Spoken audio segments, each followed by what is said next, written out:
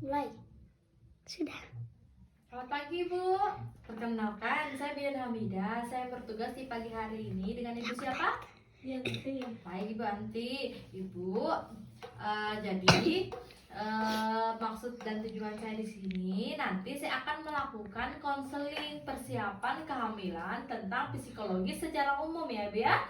Nah, dilakukan konseling ini yaitu agar pasangan dapat mempersiapkan kehamilan dari segi persiapan psikologis dan mental sehingga kehamilan akan lancar dan sehat. Jadi seperti itu ya.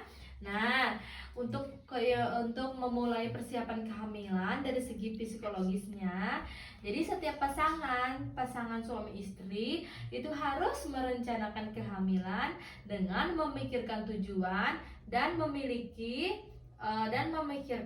anak dan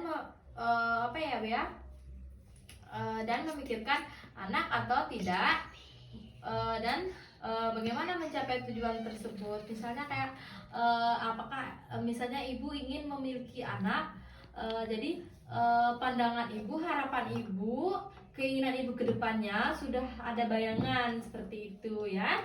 Nah, jadi bahwa setiap pasangan itu harus dapat memperkaya pengetahuan seputar kehamilan yang berhubungan dengan perencanaan perawatan selama kehamilan, menjelang persalinan atau pasca persalinan, dan juga perawatan bayi yang baru lahir dari berbagai sumber yang terpercaya atau para ahli itu, sehingga dapat mempersiapkan kehamilan yang sehat. Apalagi sekarang ibu udah zaman canggih, ibu bisa buka itu aplikasi-aplikasi atau browsing tentang perencanaan kehamilan sehat. Jadi harus jadi smart ibu ya, harus jadi ibu yang cerdas, cara mencari pengalaman, mencari pengetahuan dari sumber manapun terkait tentang informasi tersebut, agar ibu itu semakin pintar nanti ya untuk mengetahui tentang kehamilan sehat itu seperti apa.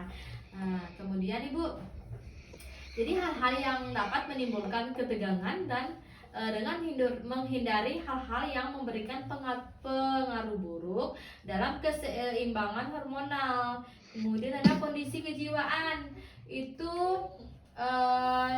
bisa sangat mempengaruhi kandungan. Oleh karena itu ibu ya, orang tua harus mempersiapkan diri secara mental untuk menghadapi proses kehamilan. Pada masa kehamilan akan menghadapi perubahan psikologis tidak hanya pada ibu tapi juga pada pasangan ibu atau suaminya dan calon anak atau bayi, seperti itu ibu Yanti ya. Nah, untuk mengkondisikan pikiran dan batin, jadi kedua orang tua itu agar jauh dari pikiran-pikiran negatif atau buruk ibu ya, bahwa segalanya dikendalikan oleh pikiran setiap pasangan. Kemudian agar selalu berkomunikasi. Jadi apabila ada masalah atau ada yang ibu ini ingin diskusikan dengan suami, itu harus dikomunikasikan atas segala sesuatunya ibu ya. Kita harus berusaha terbuka sama suami dan membicarakan perasaan masing-masing sehingga dapat mencari solusi saat ada kesulitan. Jadi jangan sampai ada miscommunication ya sama suami. Kemudian ada yang paling penting, itu ada dukungan suami, keluarga, lingkungan, itu sangat dibutuhkan bagi seorang yang hamil. Misalnya dengan menumbuhkan rasa percaya diri, kemudian memfasilitasi kebutuhan selama hamil, termasuk pengetahuan dan fisik, sehingga mentalnya nanti cukup kuat untuk menghadapi kehamilan yang sehat ibu ya. Nah ibu, jadi sejauh ini dari semua yang saya jelaskan tadi, apakah ibu sudah paham? Paham? Oh, udah paham?